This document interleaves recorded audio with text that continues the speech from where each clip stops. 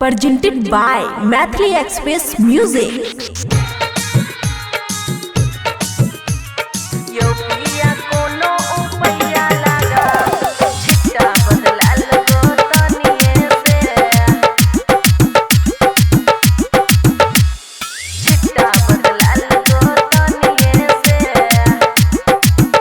Recording studio Baluaha और अगदा के बैठल रहो घोग रहो तनने आई पे गेल संग भैंसुर नहीं जानला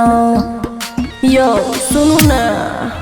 हाँ अरगदा के बैठल रहो घोग रहो तनने आई पे गेल संग भैंसुर नहीं जानला भीड़ रहे बहुत गोतनी रहे संगे भीड़ रहे बहुत गोतनी रहे संगे बचते पिया कोनो उपैया लगाबू छिट्टा बदलाल गोतनिए से यो पिया कोनो उपैया लगाबू छिट्टा बदलाल गोतनिए से डीजे गुट मधुबनी यो पिया कोनो उपैया लगाबू छिट्टा बदलाल गोतनिए से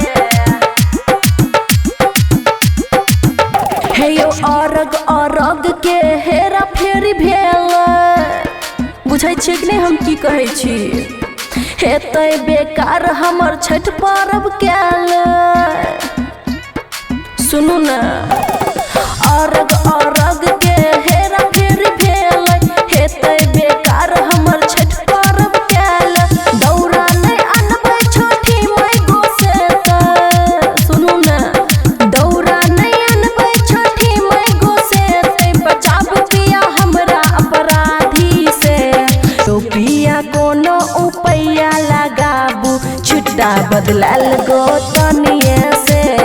यो पिया कोनो उपैया लगाबू छुट्टा बदलाल गोतनिए से डीजे गुट मधुबनी यो पिया कोनो उपैया लगाबू छुट्टा बदलाल गोतनिए से दीदिए से मांग लियो दौरा अपन चिन्ह के अमन विवान देत आहा के चिन्ह के सुनू न यो बोलियो ना दीदिए से मांग लियो दौरा अपन चिन्ह के अमन विवान दे देत आहा के चिन्ह के कहे खुशी जल्दी कोसी भर लिया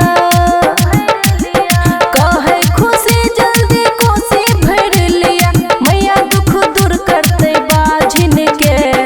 यो पिया कोनो उपैया लगाबू छिट्टा बदलाल गोतनिए से यो पिया कोनो उपैया लगाबू छिट्टा बदलाल गोतनिए से खुशी रिकॉर्डिंग स्टूडियो बलुआहा।